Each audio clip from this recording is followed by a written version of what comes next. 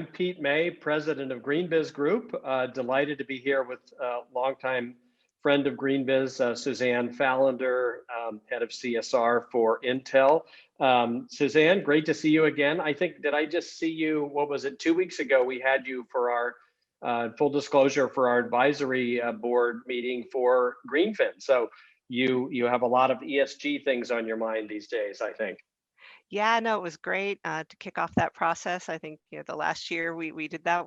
It's almost kind of been a year that we were all together in Arizona for that conference, and I think certainly a lot has happened in the world in general, but also in the space of ESG, and really the increase in investors really asking for more information in this space, and also just the way companies are responding and integrating this more into their work. Yeah, definitely. Seems like a rising tide of requests. So I would imagine somebody like you is that for a large corporation, probably your inbox from the investor world is growing significantly. It is. Yeah, well, great. Well, today we'd love to talk a little bit about Intel recently launched your new corporate responsibility strategy, and it's called RISE. Congratulations on nabbing a very good acronym. Why don't you tell us first what RISE is all about, what the acronym stands for? Yeah, so last year was a pretty big milestone for our corporate responsibility strategy in general. It was the kind of the closing out of our 2020 goals. And so leading up to that, we had had a 2-year process of really looking at, where were we going to be, at 2020, but then also what would leadership really look like for the next decade. And we knew through all the work that, we talked to you about, things were changing dramatically in terms of what expectations were from investors, from our biggest customers, other large tech companies, the governments around the world, Hmm. and we also knew that it was not going to be enough anymore to just do a similar set of goals like we had for 2020. Most of our 2020 Hmm. goals are focused on our own operations and continue to drive efficiencies there.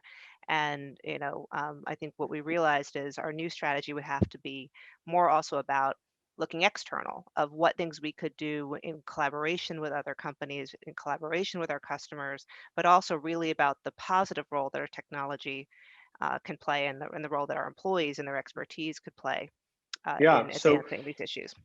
so maybe just to crystallize that here again, I always like to ask about who the key constituents. It sounds like this is the focus of this is not only with investors, with customers, kind of the regulatory side, and with employees. So all of Yeah. those stakeholder groups. Yeah. Absolutely, Okay. yeah. And so, Great. and the other thing that was different, and when we launched it, I mean, the acronym stands for really us creating a more responsible, inclusive, and sustainable world, all enabled through our technology and the expertise of our employees.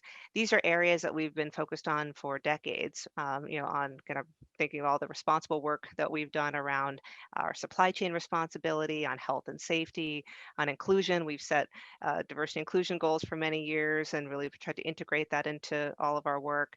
And then also on the environmental side, we had in our 2020 goals, we had, gotten more than 70% renewable energy globally, which is not a small feat for a large semiconductor Right. manufacturer, and also had done a lot around water conservation.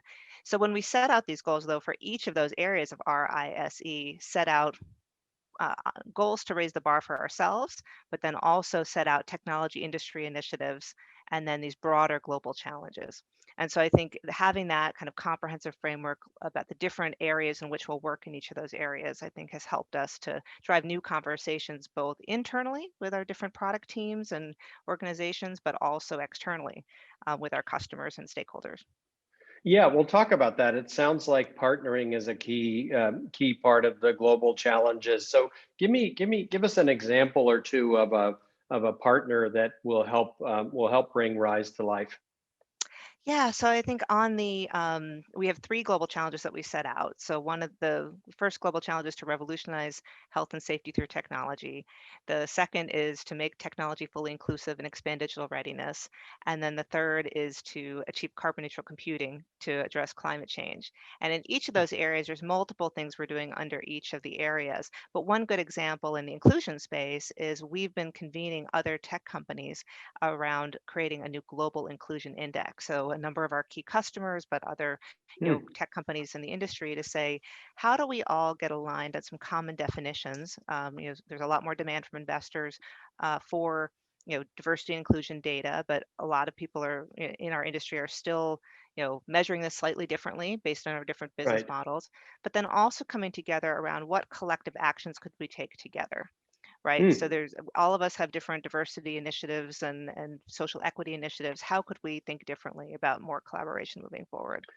That's interesting because I think that came up, didn't it, in the advisory group meeting for Greenfin, this challenge that, the rising tide of interest in the S part of ES and G, but I think I'm confusing it. Maybe it was mentioned there and a customer mentioned it to me yesterday about how the E is so important, but the S is important as well, but has traditionally been kind of hard to measure. So I guess this you're trying to get at with the index, I guess, at a better metric around measuring impact. Yeah, the thing that one key thing we saw last year in all of our outreach, we do a lot of proactive outreach with our investors around all ESG issues. But through those meetings with investors and the feedback we've been getting, certainly we know on their agenda, broader human capital management, measurement, data has been really a top priority. We've been doing human capital management disclosure for many years in these different areas of diversity, inclusion, health, and safety, but there's still not as much standardization around that across the industry. So we include that information also in our 10K, which we just filed a few weeks ago. So Right, really, continuing to work on how do you make sure the data we have is answering the right questions, but also that we've got the right, right data controls and process around that as well. But the other thing I'll say with some of these issues is we're just seeing how interconnected these issues are. And so right. really looking at how they how they come together and how do you look at them through the lens of things like environmental justice, social equity, tech equity as well. Yeah, yeah, that's great. And then, lastly, I understand there was an announcement yesterday. What's the Intel has a new technology initiative around Rise? What's that all about? Yeah, so one of the things that we launched last April in the face of the global pandemic was called the Intel Pandemic Response Technology Initiative. And this was really designed it was ahead of when we formally launched Rise, but well, most of our strategy was well underway to say, how could we accelerate the application of technology solutions, investments in projects to address the core challenges of the pandemic. So, health and scientific research and, online learning and education and economic recovery. And through that process, we brought together teams in different ways across the company, people from our sales and marketing group, our business units, our government affairs groups, our public affairs groups, to really prioritize those projects in partnership very often with some of our customers to be able to accelerate those investments quicker. And I think that new process, we kind of got through the year. We had about 170 different collaborations across Hmm. 230 projects. Wow. And we took a step back and we said, you know, these are great and these issues, these topics are going to be still important in 2021 as we're still all living through the pandemic. But what if we added a few other areas to kind of expand it across the full RISE Hmm. strategy? So we're going to be adding additional focus areas for social equity and human rights, for accessibility, and for Hmm. climate and sustainability. So that Yeah. process is just kicking off internally. And so, but really great, ideas and innovation and collaboration across our teams internally and with our customers. Yeah, great. Well, always so many great things you're working on, so little time to cover. I But know. Suzanne Fallender from Intel, so glad we got together here today and finding out about what you're doing with Rise. Thanks for joining us on Studio.